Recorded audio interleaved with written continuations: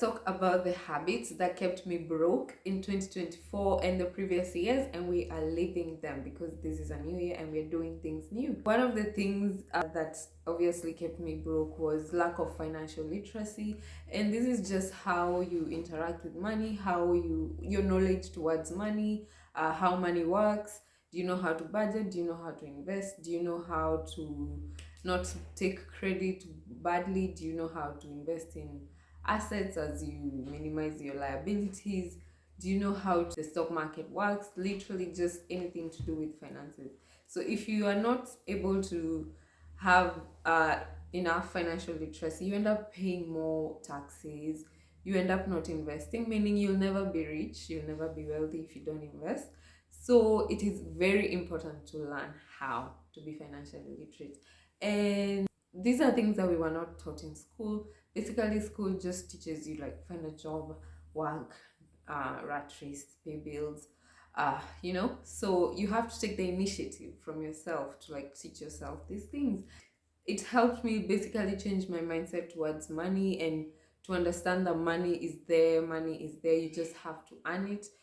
Like money is not scarce, and it also helped me challenge like beliefs that I grew up with my parents, because sometimes we had a scarcity mentality, and yeah, I'm sure most of you have observed it in your families. So if you want to know how to be financially literate, I did a video on 5 books that changed my life in terms of finances.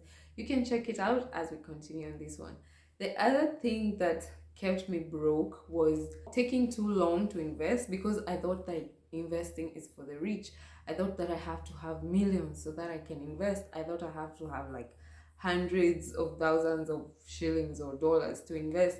But investing, you can basically start investing with as low as 1,000 Kenyan shillings, and you can build upon that. I know there are people who are able to save 20K, 30K, 40K, 50K. It all depends with where you are at this point of your life and what you can be able to keep aside. And it doesn't have to be a big amount of money. Yeah, you can just start with a small amount of money, build it up. Literally, in the National Security Exchange in Kenya, there is shares going for as low as 20 shillings. So you can buy shares worth of 2,000 Kenyan shillings, and you can start building your journey as long as you're consistent, because that's the thing you need to do. The other thing that kept me broke was living above my means and increasing my expenditure as my income increases. This is called lifestyle inflation, and it basically creeps in unnoticeably because you feel like now you're earning more, you need to eat out more, you need to like upgrade your car, you need to upgrade your house, you need to upgrade where you live, you need to get a pet, and all these things, they come with extra costs.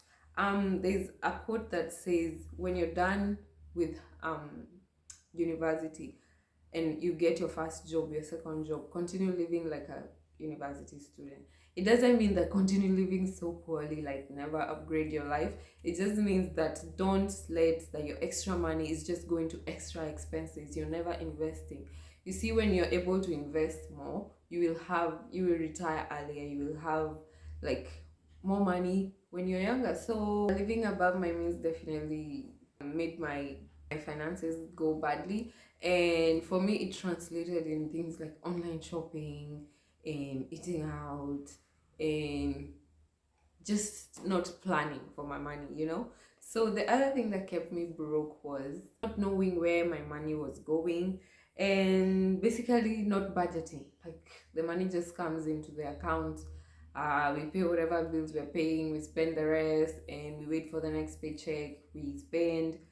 Not tracking, like, if you track your expenses, when you budget, you give every coin a job. You know how much you spend on fuel, you know how much you spend on food, you know how much you spend on rent, you know how much you spend on investing. And that's the thing, if you budget, you're able to set aside even money for investing or for a vacation, because you're able to cut down on the things that don't really matter to you. So yeah, you need to track your expenses, and a budget is not supposed to be restrictive. That's the thing. A budget is basically telling you your money where to go, and a budget allows you to have more freedom. Like a budget will allow you to save for a vacation, it will allow you to save for a phone upgrade, It is not supposed to be like you are never ever buying anything. So we are budgeting, we are sacrificing. Nah, that's not it. And that's why most people don't like budgeting, but that's not how it's supposed to be. The other thing that kept me broke was not automating my investments and having like one account for all my money. That is a thing that I've talked about before. Like, if you want to take accountability and be more savvy with your money, you need like three different accounts. You need a checking account, you need a savings account, and you need like a sinking fund or another account. Like, don't operate everything. Like, your emergency fund is in your checking account, your expenditure money is in your checking account, your everything is in one account. You cannot track, you cannot know how much you have set aside for a certain thing. So you need different accounts, and also you need to set standing orders. Like, if you know every Thursday you're paid, you set a standing order like Thursday, $400, 400 bob is cut, and it goes to your money market fund or it goes to your brokerage account. Set standing orders. They are very helpful because they help you stay consistent and they help you practice dollar cost averaging. It doesn't matter if you are investing when the markets are low or high, you will invest, and your future will be grateful for that. The other thing that kept me broke was not focusing on increasing my sources of income and just focusing on cutting down expenses. You can only cut down expenses for so long. You can only cut down so many expenses, because at the end of the day, even though you're cutting out that $5 coffee or eating out, you still have to pay your rent, you still have to fuel your car, you still have to do shopping for your house, you still have to, there's a lot of things you have to do. So you need to open your mind to business ideas, you need to open your mind to making more money. Like, you need to open your mind to investing so that your money can work for you. Like, if you invest in bonds, you will be having passive income. If you invest in money market fund, your money is growing because there is interest. If you invest in stocks, the stocks are giving you dividends. So guys, you need to focus on how to make more money, how to be richer, not how to like minimize, yeah. So the other thing is getting a credit card when you're not financially ready and mentally ready. I was watching a documentary and it was saying like 50% of